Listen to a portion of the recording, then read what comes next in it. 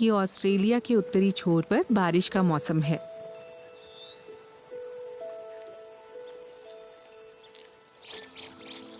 बारिश के मौसम ने काकाडू को एक विशाल वेटलैंड में बदल दिया है।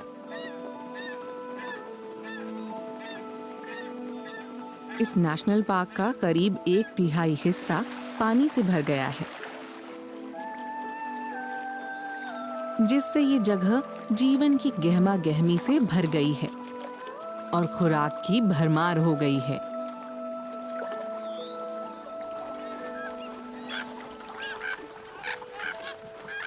पर साल का ये दौर जानलेवा भी हो सकता है।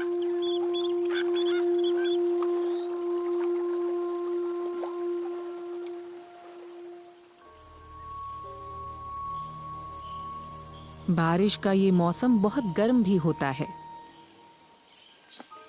पेड़ों की चोटियों पर फ्लाइंग फॉक्सेस की इस कॉलोनी से दिन की गर्मी बर्दाश्त नहीं हो रही है। ये अपने पंख चाटकर और खुद को हवा करके अपने आप को ठंडा रखने की कोशिश करती हैं।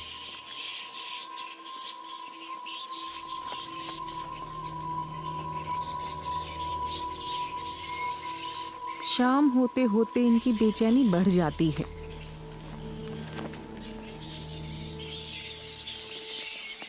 ये छाया पाने के लिए आपस में सट जाती हैं और पेड़ों के निचले हिस्से में आ जाती हैं।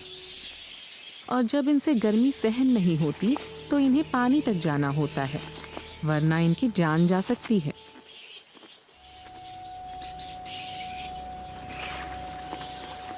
पर नदी के साथ कुछ खतरे भी जुड़े हैं।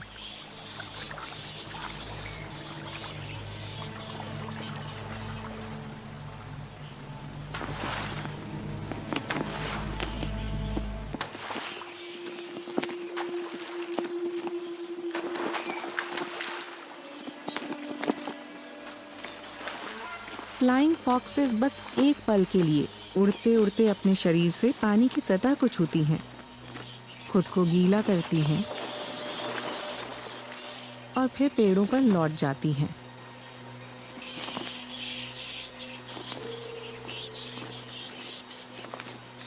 लेकिन इन्हें अपना ये काम बहुत ध्यान से करना होता है।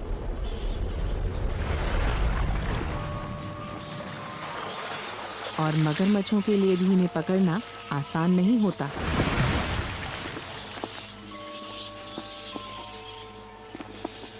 इन्हें अपने शिकार को अपनी पहुंच में आने का इंतजार करना होता है।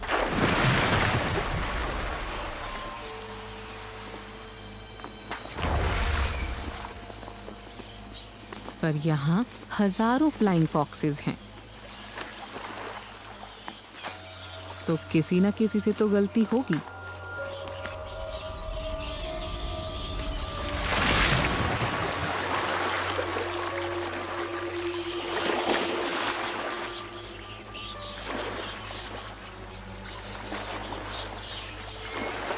और ये मगरमच्छ की खुराक बन जाती है और बाकी फ्लाइंग फॉक्सेस रात की ठंडक में अपना पेट भरने निकल जाती हैं।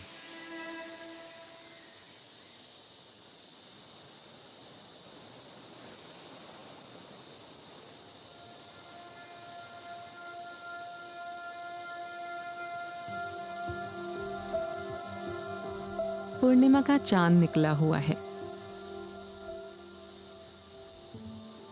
जिससे नॉर्थ अमेरिका के पश्चिमी किनारे के आसपास का समुद्र रोशन हो गया है। पानी की सतह के नीचे एक जादुई सा जीव नजर आता है।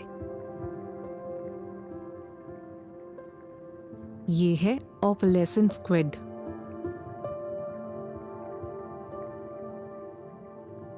ये रोशनी की तरफ खींचे चले आते हैं और जैसे जैसे इनकी संख्या बढ़ती है, समुद्र रोशन हो जाता है। जल्द ही इनकी संख्या हजारों तक पहुंच जाती है।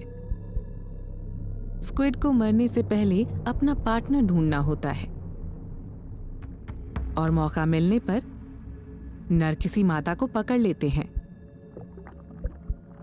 अंडों को फर्टिलाइज करने के दौरान इनकी 8 बाजुएं लाल हो जाती हैं। इस जद्दोजहद में मादाएं घायल हो सकती हैं या मर भी सकती हैं।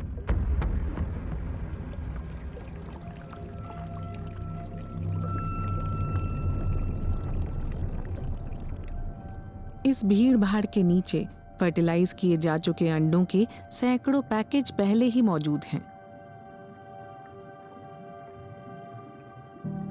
इनमें एक ऐसा प्रोटीन होता है जो नरों को दीवाना बना देता है।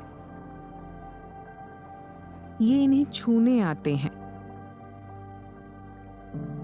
पर किसी दूसरे नर के इसे छूने पर गुस्से में आ जाते हैं।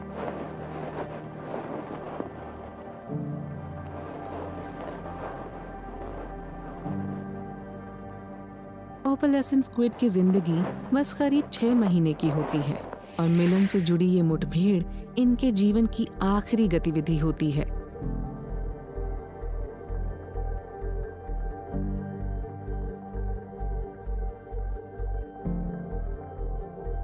चांद की इस रोशनी को देखकर ही इनमें रोमांस जागा था और इसी चांद की रोशनी में इनके दम तोड़ते शरीर चमक रहे हैं।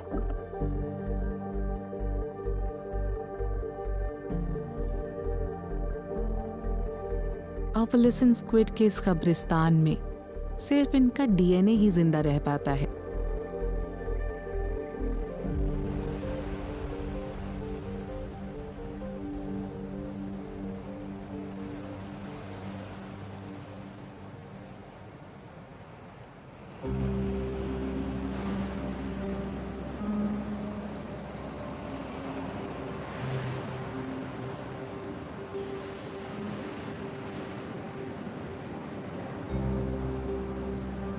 दुनिया के समुद्रों के ऊपर उड़ान भरने वाले समुद्री पक्षियों को कई कुर्बानियां भी देनी पड़ती हैं।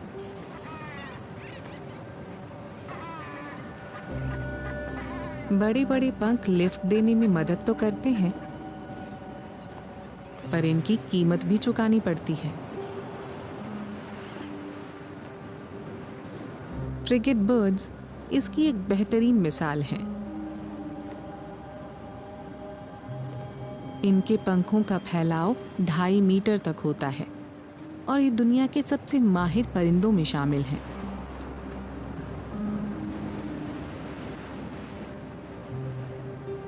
ये बिना आराम किए कई हफ्तों तक उड़ते रह सकते हैं।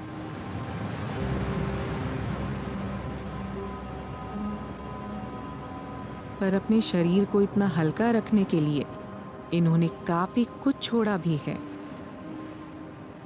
किसी भी दूसरे पक्षी के मुकाबले इनकी हड्डियों में ज्यादा हवा होती है। इनके स्केलेटन का वजन इनके पंखों से भी कम होता है। इनके पंजे बहुत छोटे होते हैं और इनके ऑयल ग्लैंड्स नहीं होते, यानी इनका शरीर वाटरप्रूफ नहीं होता। अगर फ्रिगेट बर्ड्स भीग जाएं, ये डूब सकते हैं। अगर खुराक समुद्र से हासिल होती हो तो ये एक बड़ी कमी है।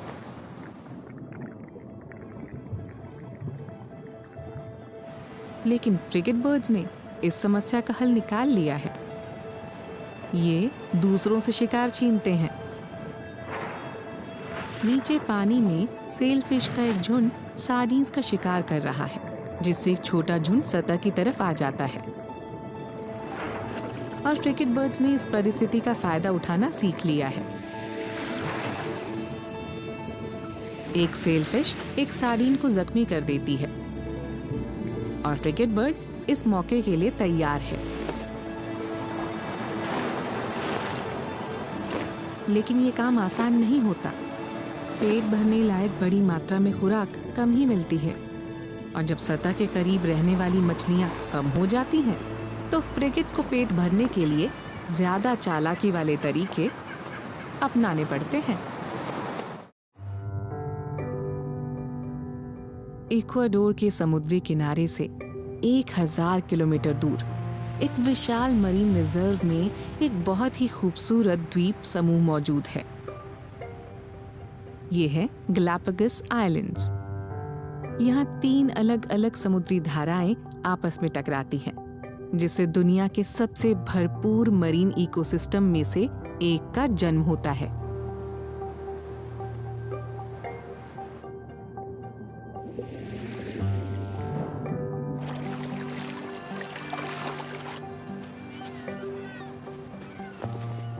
कई तरह के समुद्री पक्षियों के लिए घोंसले बनाने की शानदार जगह है।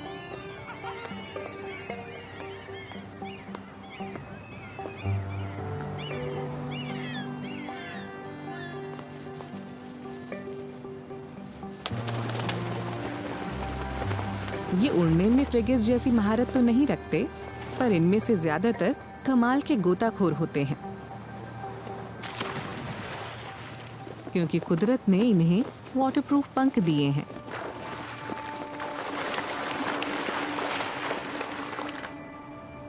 लेकिन यहाँ लुटेरे भी मौजूद होते हैं।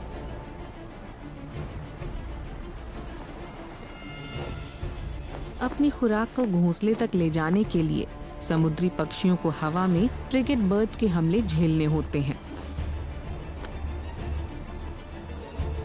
इनका एक ही मकसद होता है कि ये जो ले जा रहे हैं उसे छोड़ दें।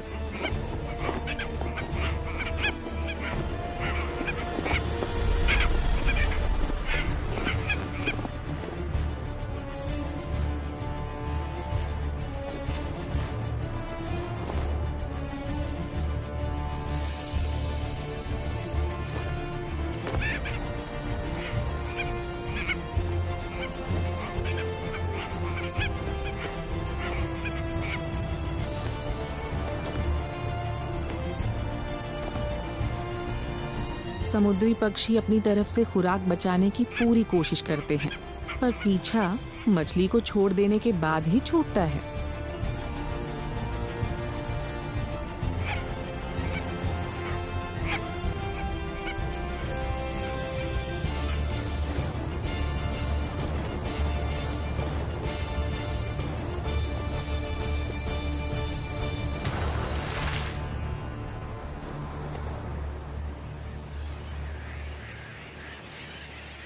फ्रिगेट बर्ड की इन हरकतों से लगेगा कि ये बड़े ही बेरहम समुद्री मुसाफिर हैं। पर अगर बात चूजों की परवरिश की हो तो इन्हें दुनिया का सबसे समर्पित पक्षी कहा जा सकता है। ये किसी भी परिंदे के मुकाबले अपने बच्चों का ध्यान कहीं ज्यादा समय तक रखते हैं। ये अपने बच्चों को करीब 7 महीने तक खिलाते रहते हैं और कई महीनों तक उन्हें खुले सागर के ऊपर जिंदा रहने के हुनर भी सिखाते हैं।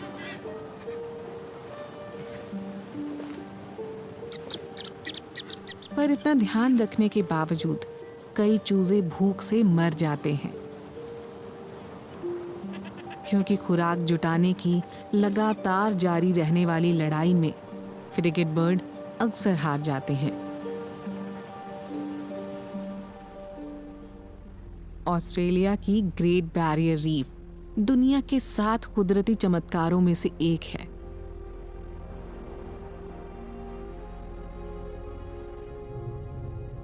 यहाँ एक कोरल सिस्टम 3.5 लाख वर्ग किलोमीटर से भी ज्यादा इलाके में फैला हुआ है। इसमें करीब 3000 अलग अलग रीफ और सैकड़ों द्वीप हैं।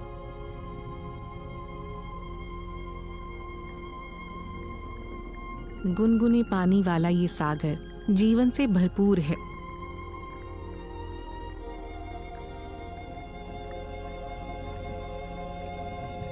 रीफ में कोई खाली जगह नहीं है।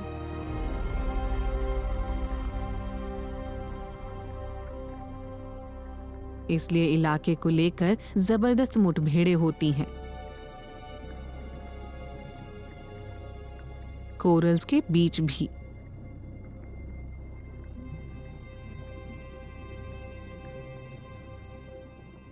एक वर्ग मीटर इलाके में भी हजारों छोटे छोटे और एक से पॉलिप्स हो सकते हैं। इन्हें 1 इंच जगह पाने के लिए भी जूझना पड़ता है।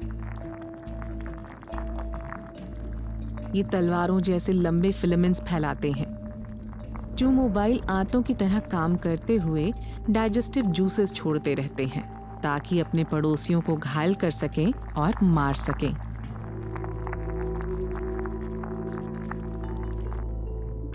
बेजान शरीरों की ये रंगहीन लाइन 2 बड़े प्लेट कोरल्स के बीच की सीमा है।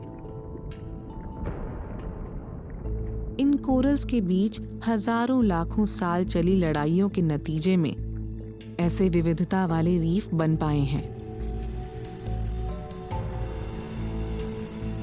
कोरल्स की 600 से भी ज्यादा प्रजातियां हैं, जो कई तरह के समुद्री जीवों को बच्चों की परवरिश और शिकार वाली शानदार जगहें मुहैया कराते हैं।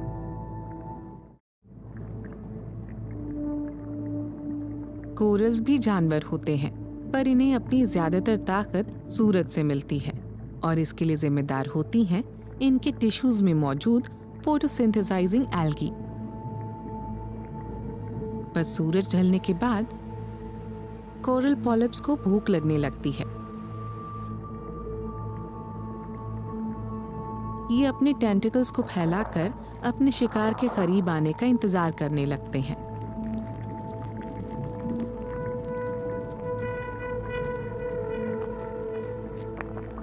हर रात छोटे छोटे समुद्री जीव अपने बिलों से निकलते हैं जब उनके दिखने की गुंजाइश कम होती है।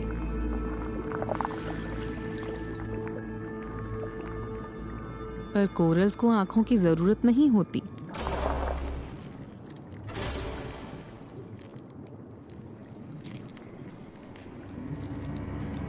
ये तो पास से गुजरने वाले छोटे झींगे और मछलियों को पकड़ लेते हैं।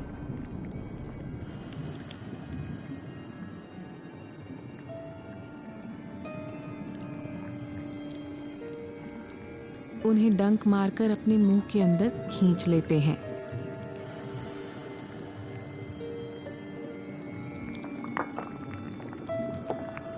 बच पाने की कोई गुंजाइश नहीं होती।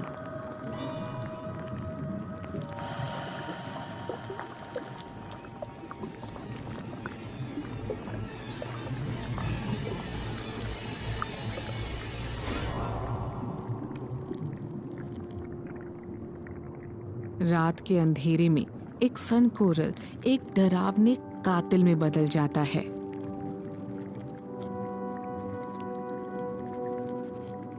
कुछ शिकार अपना कोई अंग गंवाना जीवन गंवाने से बेहतर समझते हैं।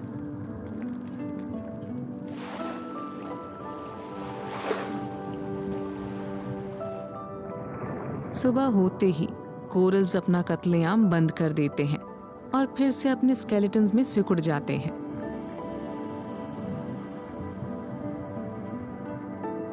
और फिर उनकी जगह ले लेते हैं समुद्र में दिन में मुठभेड़ें करने वाले।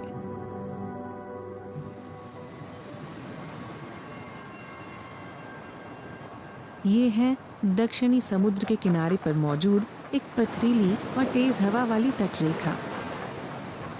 एक ऑस्ट्रेलियन पर्सील कॉलोनी के लिए ये बेहतरीन ब्रीडिंग लोकेशन है।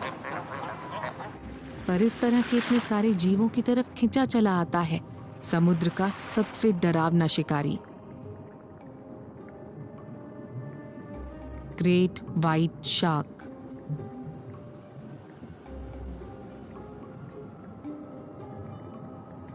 इस भूखे शिकारी को चाहिए कैलोरीज से भरपूर खुराक, और फैट की मोटी परत वाली सील्स इनके लिए एकदम सही रहती हैं।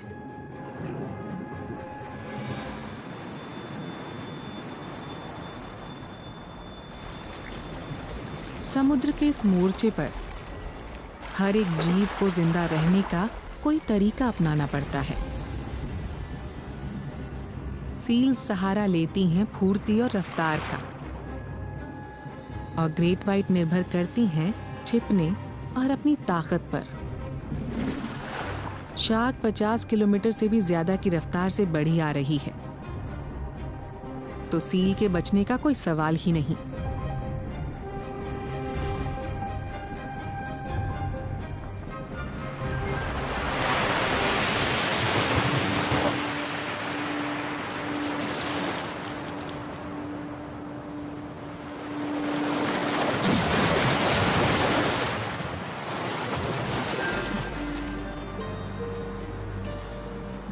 किनारे से ये सब देखने वालों के लिए जिंदगी रोज की तरह चलती रहती है। हाँ, जब इन्हें फिर से समुद्र के इस मोर्चे पर जाना होगा तो इनके लिए भी खतरा होगा।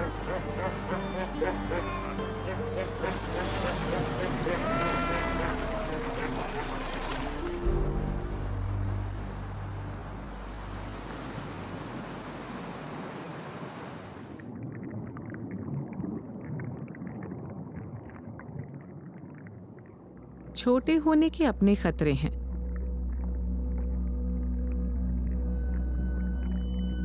समुद्री फूड चेन में साइज की बहुत अहमियत है।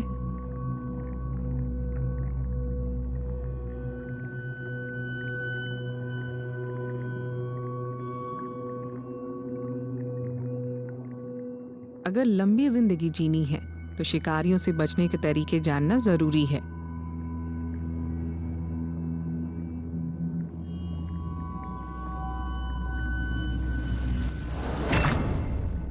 और कुछ मछलियों ने जीने के लिए बहुत कमाल की रणनीतियां बना ली हैं।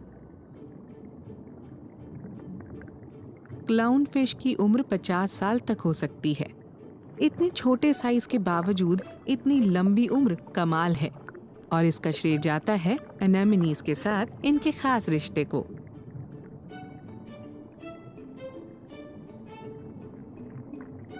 एनेमोनीज कोरल्स की ही तरह समुद्री शिकारी जीव हैं, और इनके टेंटिकल्स हमेशा बाहर की तरफ फैले रहते हैं। इन्हें छोटी मछलियां खाना पसंद है।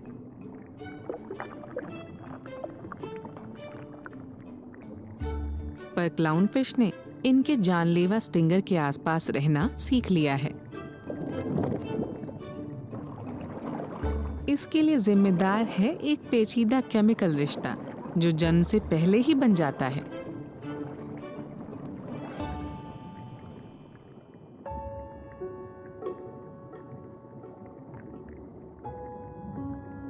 दो क्लाउनफिश अपने अंडे अपनी मेजबान एनेमोनी के पास ही दे रही हैं।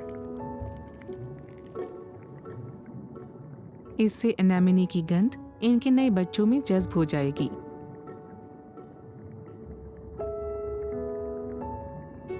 ये बड़े होते अंडों की रखवाली करती रहती हैं।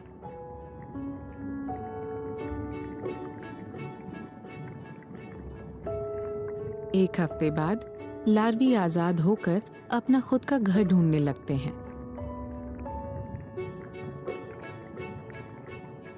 पानी में तैरने के दौरान ज्यादातर मछलियों के खुराक बन जाएंगे।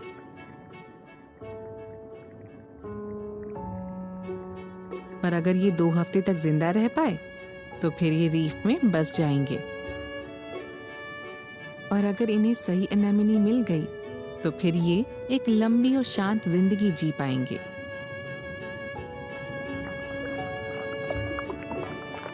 पर यहाँ रहने के लिए किसी क्लाउनफिश को पहले अपनी बॉडी को अपने नए मेजबान के स्टिंगर्स के मुताबिक ढालना होगा। डंक लगने पर इनके शरीर पर मौजूद हिफाजती म्यूकस की परत इन्हें जिंदा रखती है। और फिर एनेमोनी इन पर अपने जहर के नन्हे छींटे मारना बंद कर देती है और मछली को अपना ही हिस्सा समझने लगती है।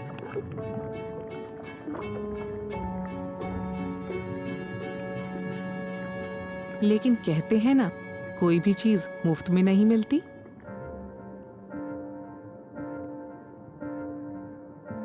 बटरफ्लाई फिश को एनेमोनीज को खाना अच्छा लगता है,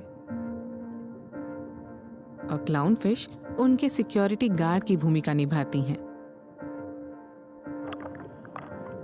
क्लाउन फिश अपने होस्ट की सफाई करती हैं, और उनके टेंटिकल्स में छिपी मछलियां पानी का बहाव बढ़ाती हैं, ऑक्सीजन की सप्लाई बढ़ाती हैं।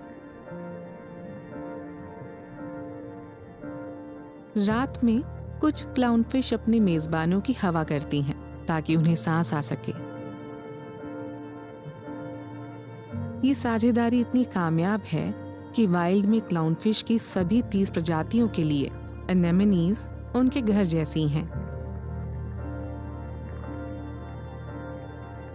रीफ बैटल ग्राउंड में ये गठजोड़ काफी टिकाऊ है।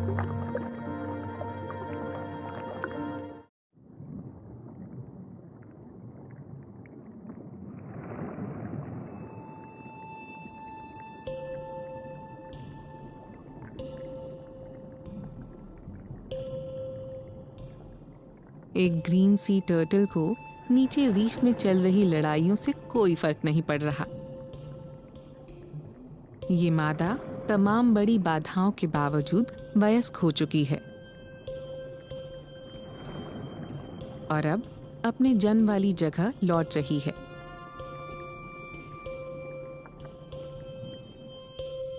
ये कम ऊंचाई पर मौजूद एक वेजिटेटेड कोरल की है। ये है रेन आइलैंड, जो ग्रेट बैरियर रीफ के उत्तरी छोर पर है और इसका साइज है सिर्फ 27 हेक्टेयर। पर ये दुनिया में बची आखिरी सबसे बड़ी ग्रीन टर्टल रुकरी है। यहाँ हर साल दुनिया के सबसे कमाल के समुद्री माइग्रेशंस में से एक देखने को मिलता है।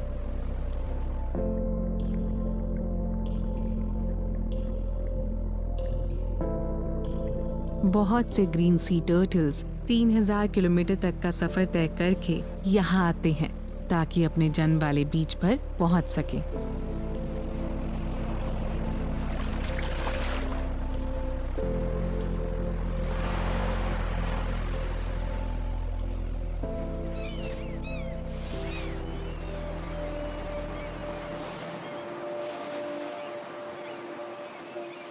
बीच पर पहले ही घोंसला बनाने वाली मादाओं की भरमार है।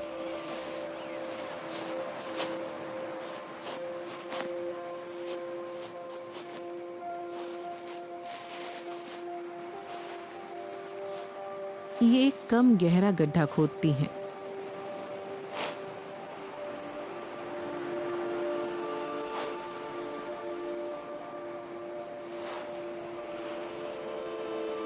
और अपने पिछले फ्लिपर से एक सीधा और गहरा गड्ढा बनाती हैं, जिसे एक चेम्बर कहते हैं।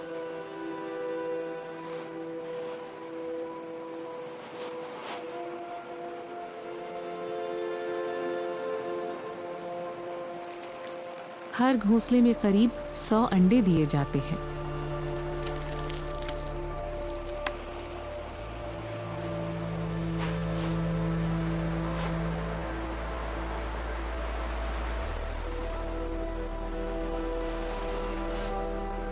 अंडों को दबाने के बाद मादाएं समुद्र में लौट जाती हैं।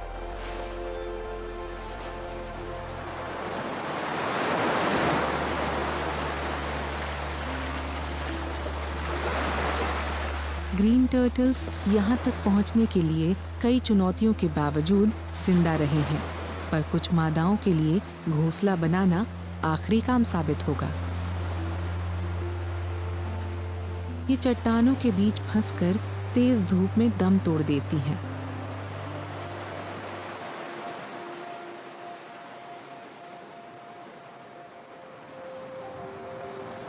और इनके बच्चों के लिए तो संघर्ष अभी शुरू ही हुआ है।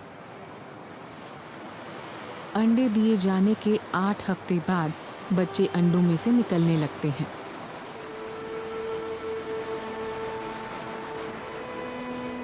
खुशकिस्मत बच्चे रात में पैदा होते हैं।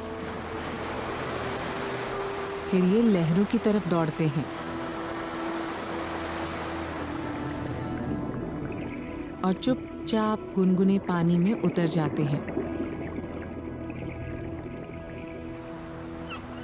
लेकिन सुबह होते ही शिकारी इकट्ठा होने लगते हैं।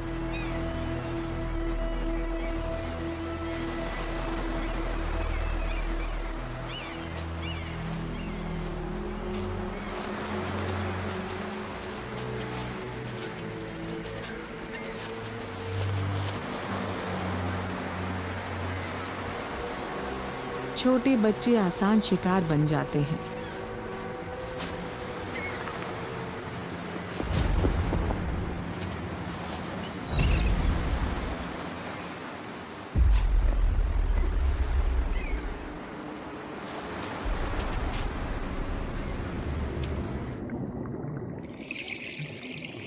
कुछ उथले पानी तक पहुंच भी जाते हैं, पर कोई भी जगह सुरक्षित नहीं है।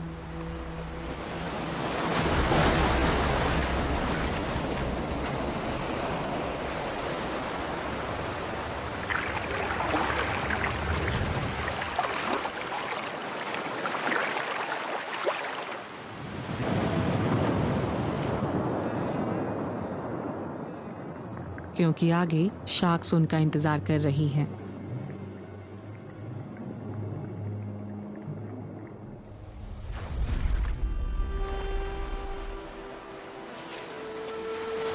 ये एक बहुत ही मुश्किल मिशन है।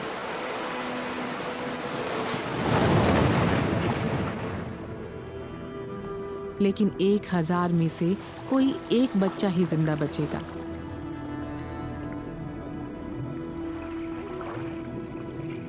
एक दिन ये फिर से जीवन से जुड़ी उस जद्दोजहद को शुरू करने रेन आइलैंड आएंगे, जिसने सी टर्टल्स को पिछले 10 करोड़ साल से जिंदा रखा है।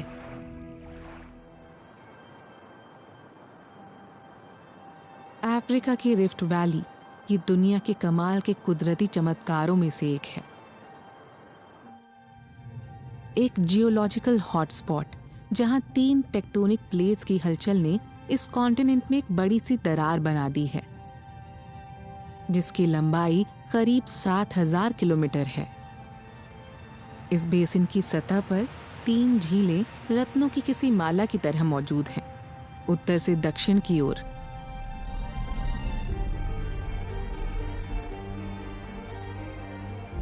लेक बोगोरिया के किनारे पर हॉट स्प्रिंग्स के कारण पानी में ढेर सी एल्गी पनपती है।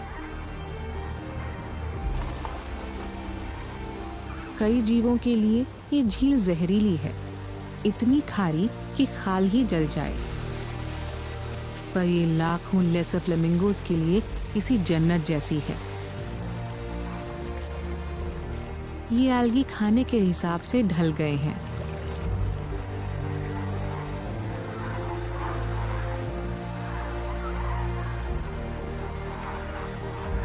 उथले पानी में चहलकदमी करते समय इनके गुलाबी और गहरे लाल रंग की शान निराली होती है।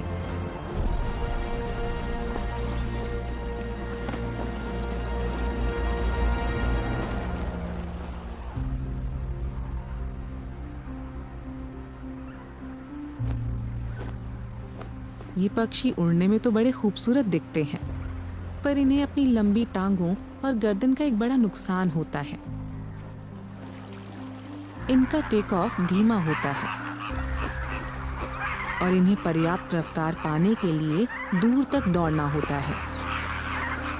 और इन किनारों पर अक्सर मंडराने वाले कई शिकारी इसका फायदा उठाते हैं।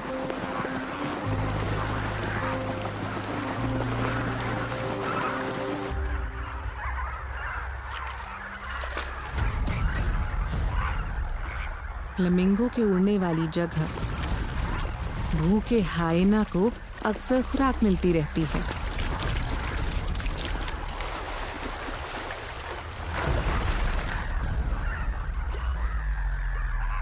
किसी मौका परस्त मैराबू के साथ भी ऐसा ही है।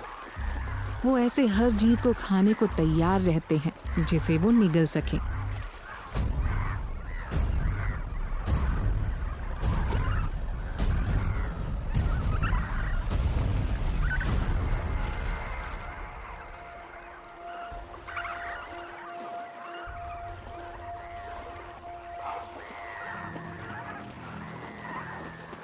फ्लेमिंगोज की तरफ कुछ नए शिकारियों का भी ध्यान जाता है।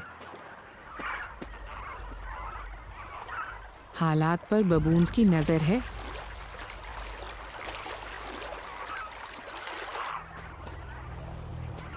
हालांकि इनकी खुराक में पहले परिंदे शामिल नहीं थे, पर ये बड़ी तेजी से सीखते हैं।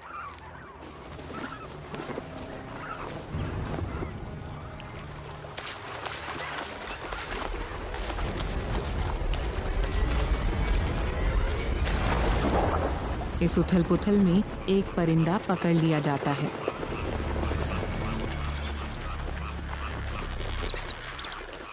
बबून भी उन कई खतरों में से एक है जो इस शोरलाइन बैटल ग्राउंड में फ्लेमिंगोज को झेलने पड़ते हैं।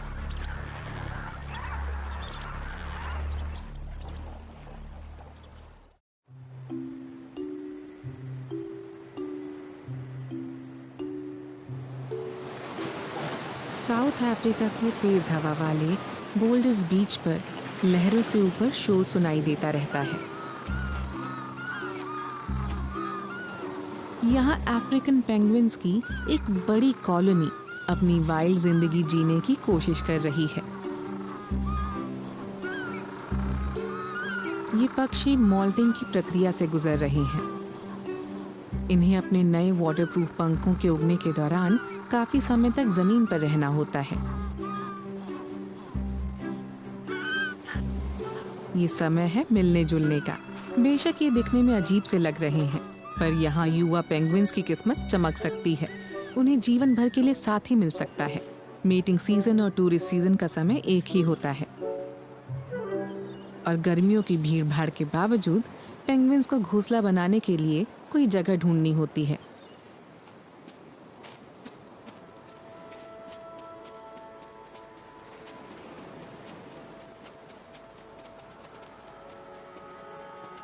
फॉक्सी बीच के करीब ही रेत में घोंसले बनाए जा रहे हैं।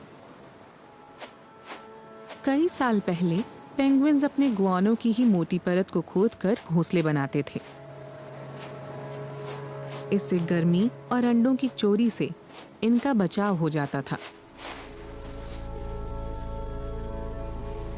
बढ़िया फर्टिलाइजर के तौर पर पेंगुइन के मल की काफी मांग रहती थी, तो गुआनों की मोटी परतें अब गायब हो चुकी हैं।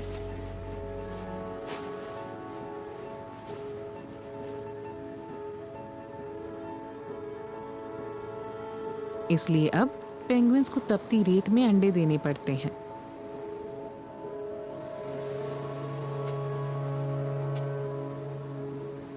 ये उन्हें धूप से बचाने की पूरी कोशिश करते हैं।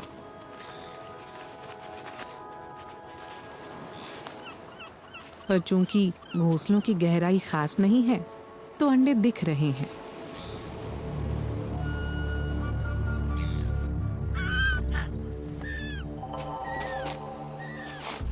और ये सीगल्स का आसान शिकार बन जाते हैं।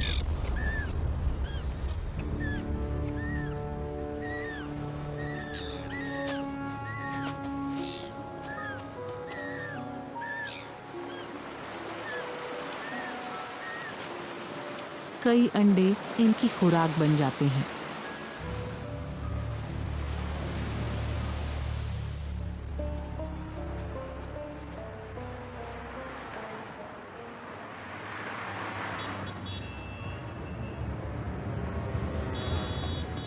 कुछ पेंगुइन इस समस्या को सुलझाने की कोशिश करते हैं। ये रिहायशी बागीचों में आशियाना ढूंढते हैं, व्यस्त सड़कें पार करते हैं और शहरी बाधाओं से जूझते हैं ताकि घोंसले के लिए कोई जगह ढूंढ सकें।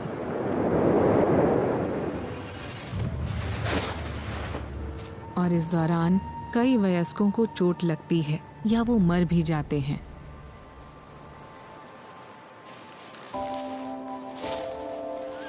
पर इन तमाम बाधाओं के बावजूद कुछ अंडों में से बच्चे निकल ही आते हैं। लेकिन चूजों को भी खुराक की जरूरत होती है।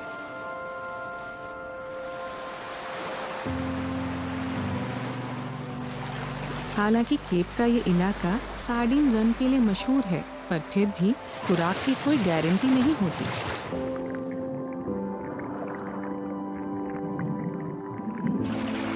वैसे तो कमर्शियल फिशिंग वेसल्स ज्यादातर मछलियों को पकड़ ले जाते हैं,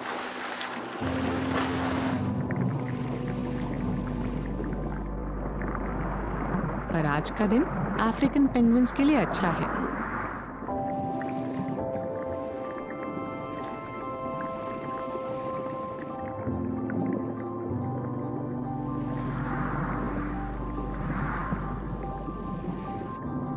मछलियों से इनका पेट भर गया है, तो ये मेहनती पक्षी आगे बढ़ते जाते हैं।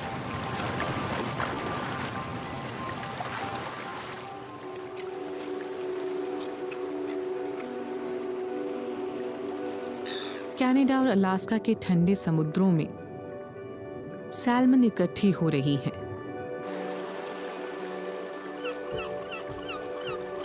इनकी ज्यादातर जिंदगी समुद्र में ही गुजरी है, पर अब इनमें अपने घर लौटने की इच्छा जोर मार रही है।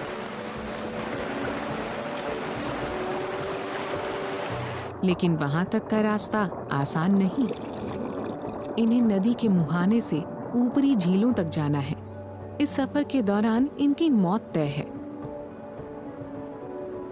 लेकिन अगर इन्हें अंडे देने हैं, अपनी संतानों को इस दुनिया में लाना है, तो इनके लिए ये यात्रा जरूरी है।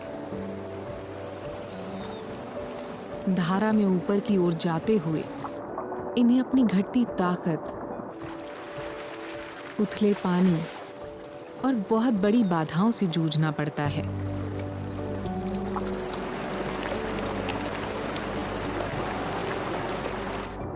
पर ये चुनौती तो आधी ही है।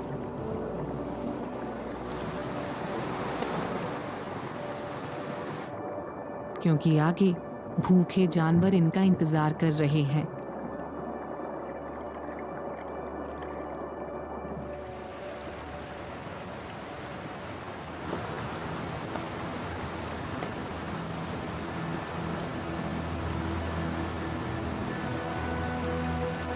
ग्रिजली भालुओं को तेज बहाव वाले पानी का फायदा उठाना अच्छा लगता है।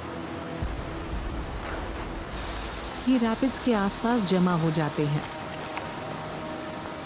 जहां सैल्मन को आगे बढ़ने के लिए छलांग लगानी होती है।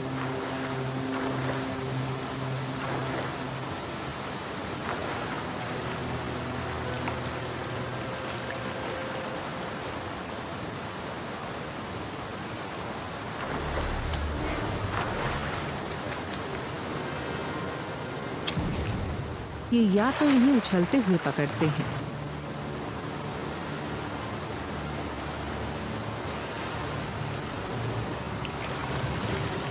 या इनकी नाकामियों का फायदा उठाते हैं।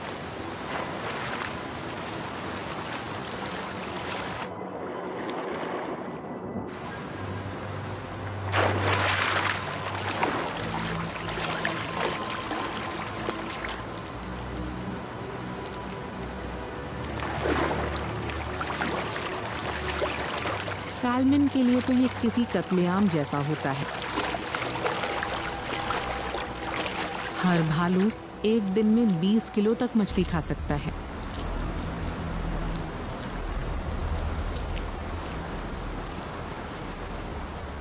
लेकिन यहाँ मछलियों की संख्या इनकी खुराक से कहीं ज्यादा है।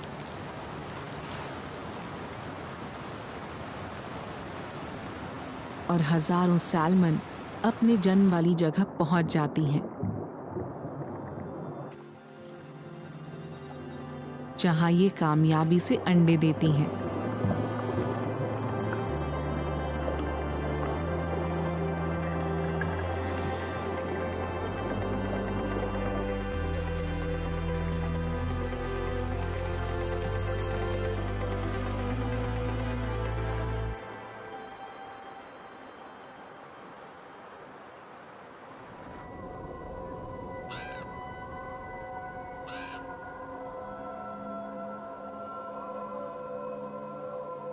लेकिन अलास्का के एक अलग हिस्से में पैसिफिक सैल्मन का संघर्ष तो अभी शुरू ही हुआ है।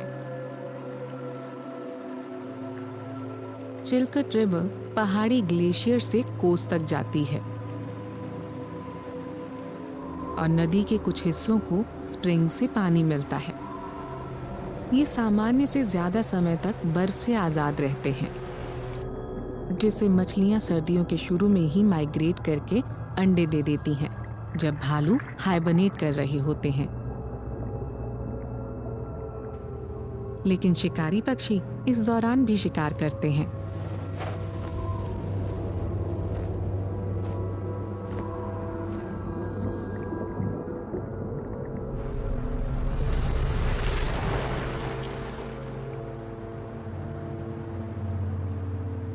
किसी बॉल्ड ईगल की खुराक का 90% हिस्सा मछलियां होती हैं, और जब खुराक की कमी होने लगती है तो चिल्कट रिवर की सैल्मन इनकी ताकत की भरपाई करती हैं।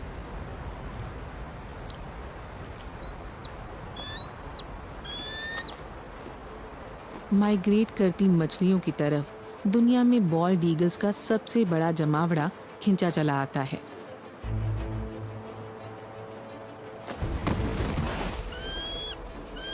चार 4000 तक बॉल्ड ईगल्स इस बड़ी दावत का मजा लेने आते हैं।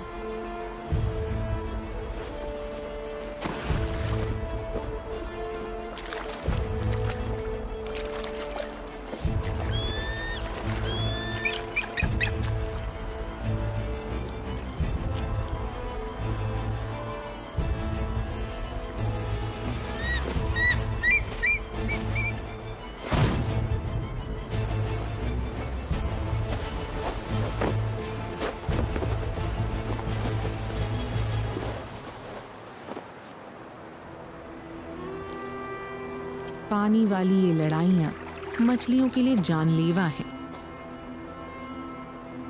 पर कई पहले ही अंडे दे चुकी हैं